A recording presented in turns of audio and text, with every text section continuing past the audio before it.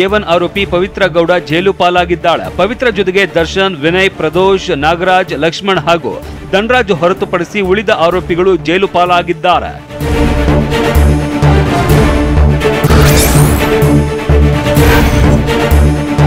ರೇಣುಕಾಸ್ವಾಮಿ ಕೊಲೆ ಕೇಸ್ ಆರೋಪಿಗಳಾದ D gang police custody ಇವತ್ತಿಗೆ ಅಂತ್ಯವಾಗಿರುವ ಹಿನ್ನೆಲೆಯಲ್ಲಿ ಆರೋಪಿಗಳನ್ನ ಪೊಲೀಸರು ಕೋರ್ಟ್ಗೆ ಹಾಜರುಪಡಿಸಿದ್ರು. ಈ ವೇಳೆ ಪ್ರಕರಣದ 2ನೇ ಆರೋಪಿಯಾಗಿರುವ ದರ್ಶನ್ ಹಾಗೂ ಇತರ ಆರೋಪಿಗಳನ್ನ ಮರಳಿ ಪೊಲೀಸ್ ಕಸ್ಟಡಿಗೆ ನೀಡಲಾಗಿದೆ.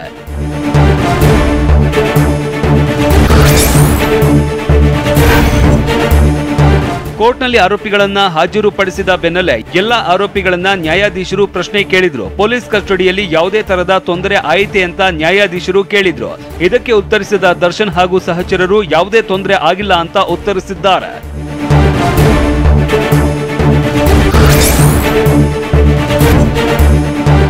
ಇನ್ನು ರೇಣುಕಾಸ್ವಾಮಿ ಪ್ರಕರಣದ 10ನೇ ಆರೋಪಿಯಾಗಿರುವ ವಿನಯ್ಗೆ ಹಲವು ರೀತಿಯ ಶೋಕಿ ಇತ್ತು ಎನ್ನಲಾಗಿದೆ.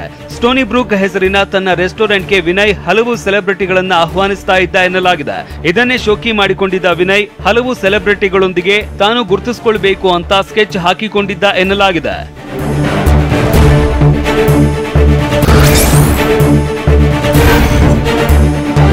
ತನ್ನ ರೆಸ್ಟೋರೆಂಟ್ಗೆ ಸೆಲೆಬ್ರಿಟಿಗಳನ್ನ ಕರೆಸಿಕೊಳ್ತಾ ಇದ್ದ ವಿನಯ್ ನಟ ದರ್ಶನ್ ಮೂಲಕ ಸೆಲೆಬ್ರಿಟಿಗಳನ್ನ ಸಂಪರ್ಕಿಸ್ತಾ ಇದ್ದ. ಇದಕ್ಕೆಂದೇ ವಿನಯ್ ಪಾರ್ಟಿಗಳನ್ನ ಆಯೋಜಿಸ್ತಾ ಇದ್ದ ಎನ್ನಲಾಗಿದೆ. ಸ್ಫೋಟಕ ವಿಚಾರ ಏನಂದ್ರೆ ಕೇವಲ ಸೆಲೆಬ್ರಿಟಿಗಳು ಮಾತ್ರವಲ್ಲ, ಈತನ ಪಾರ್ಟಿಯಲ್ಲಿ ಹಲವು ರೌಡಿಗಳು ಕೂಡ ಭಾಗಿಯಾಗ್ತಾ ಇದ್ರು ಎನ್ನಲಾಗಿದೆ.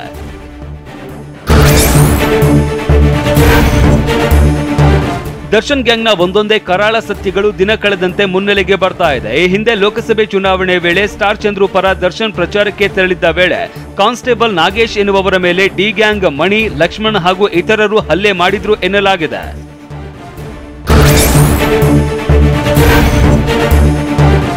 ದರ್ಶನ್ ಪ್ರಕರಣದ ಬಗ್ಗೆ ಹುಬ್ಬಳ್ಳಿಯಲ್ಲಿ ವಿಧಾನ ಪರಿಷತ್ ಸದಸ್ಯ ಸಲೀಂ ಅಹಮದ್ ಪ್ರತಿಕ್ರಿಯಿಸಿದ್ದಾರೆ.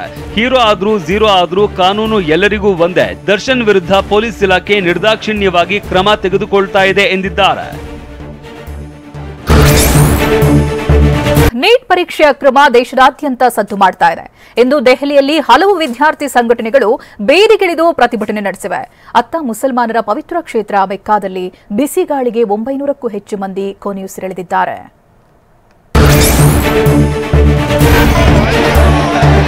ನೀಟ್ ಪರೀಕ್ಷೆಯಲ್ಲಿ ನಡೆದಿದೆ ಎನ್ನಲಾದ ಅಕ್ರಮ ಆರೋಪ ತೀವ್ರ ಸ್ವರೂಪ ಪಡೆದುಕೊಳ್ಳುತ್ತಿದೆ. ಮರುಪರೀಕ್ಷೆ ನಡೆಸಬೇಕೆಂಬ ಒತ್ತಾಯ ಕೇಳಿ ಬರ್ತಿದೆ. ಅಭ್ಯರ್ಥಿಗಳು ಬೀದಿಗಿಳಿದು ಹೋರಾಟ ನಡೆಸುತ್ತಿದ್ದಾರೆ. ಕೇಂದ್ರ ಸರ್ಕಾರದ ವಿರುದ್ಧ ಆಕ್ರೋಶ ಹೊರಹಾಕ್ತಿದ್ದಾರೆ.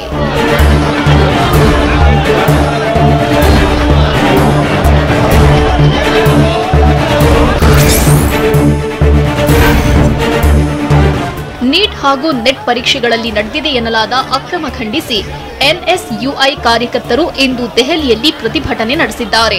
ಅಕ್ರಮದಲ್ಲಿ ಭಾರೀ ಪ್ರಮಾಣದ ಭ್ರಷ್ಟಾಚಾರ ನಡೆದಿದೆ ಎಂದು ಆರೋಪಿಸಿದ ಪ್ರತಿಭಟನಾಕಾರರು ನಕಲಿ ನೋಟುಗಳು ಎಸೆದು ಆಕ್ರೋಶ ಹೊರಹಾಕಿದ್ರು.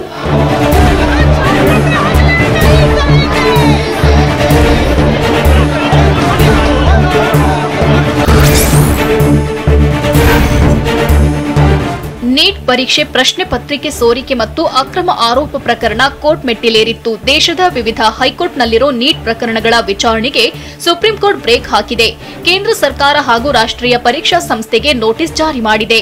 ಜುಲೈ 8ರೊಳಗೆ ಪ್ರತಿಕ್ರಿಯಿಸುವಂತೆ ನ್ಯಾಯಮೂರ್ತಿ ವಿಕ್ರಮ್ನಾಥ್ ಎಸ್ವಿಎನ್ ಭಟ್ಟಿ ಒಳಗೊಂಡ ಪೀಠವು ಸೂಚನೆ ನೀಡಿದೆ.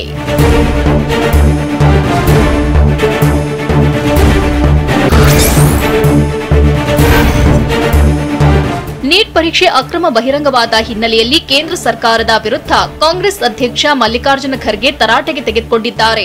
ಈ ಬಗ್ಗೆ ಟ್ವೀಟ್ ಮಾಡಿರುವ ಅವರು ಪ್ರಧಾನಿ ನರೇಂದ್ರ ಮೋದಿ ವಿರುದ್ಧ ಕಿಡಿಕಾರಿದ್ದಾರೆ.